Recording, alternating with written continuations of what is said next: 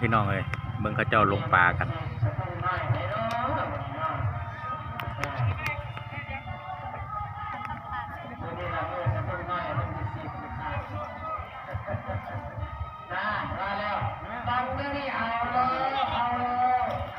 โอ้ย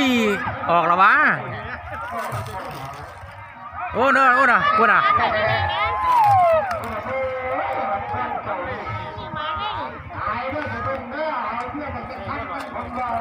ได้สู้บาทวะโมมีพลาดเลยวะแต่ละบาทนี่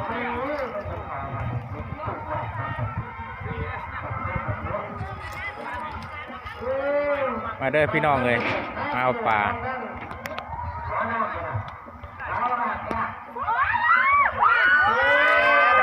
โน่น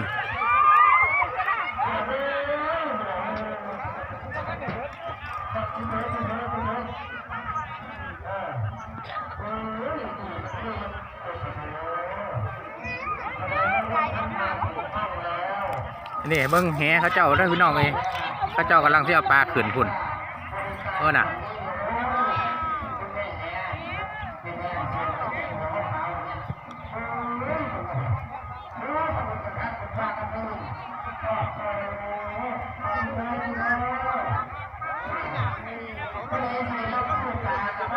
พุ่นน่ะ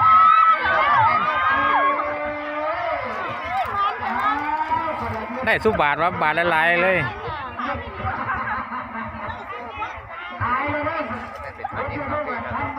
ไปกินเลยนะ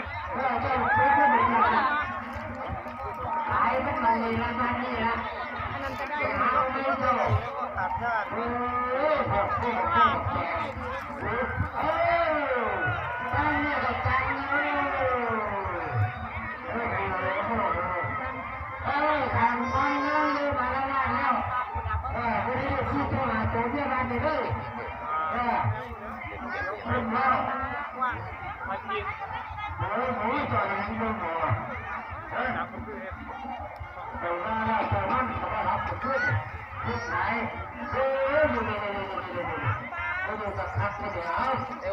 ตัดไปอันงุบปลาไว้สิเอามันขึ้นมาใส่สะดุ้งแล้วเอามันตั้งมันไว้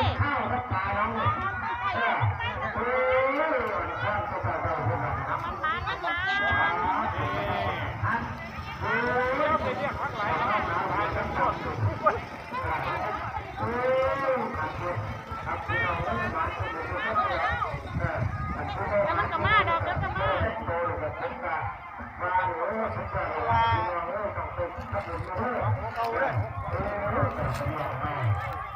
เอามาเถิงว่าจะสะดุ้งคนมาทักใจ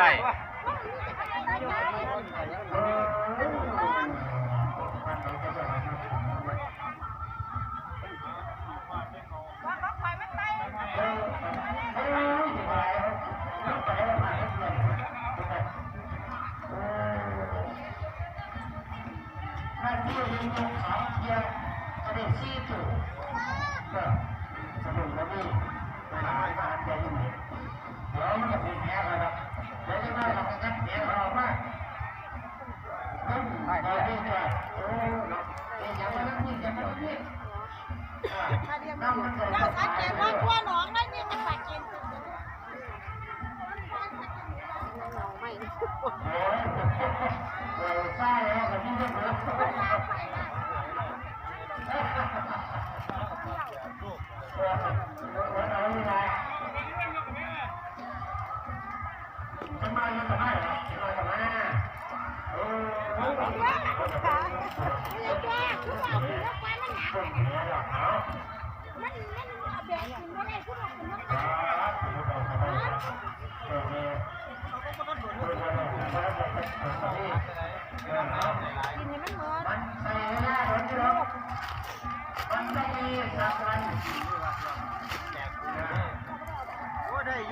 เดี๋ยวมึงได้วันเอกตัวอยู่ไม่ไหวเอ้ย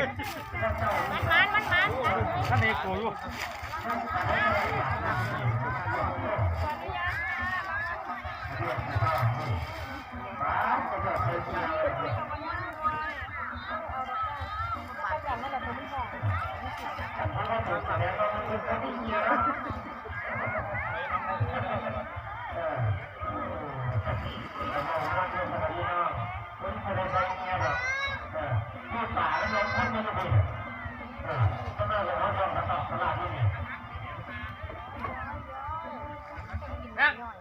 ไม่อีกกัน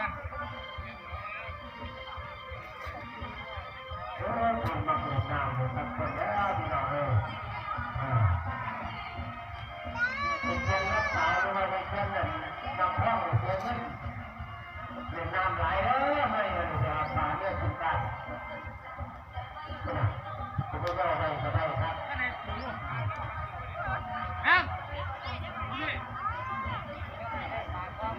ปลาตัวทะเลลองนักไงเดี๋ยวมันจะมา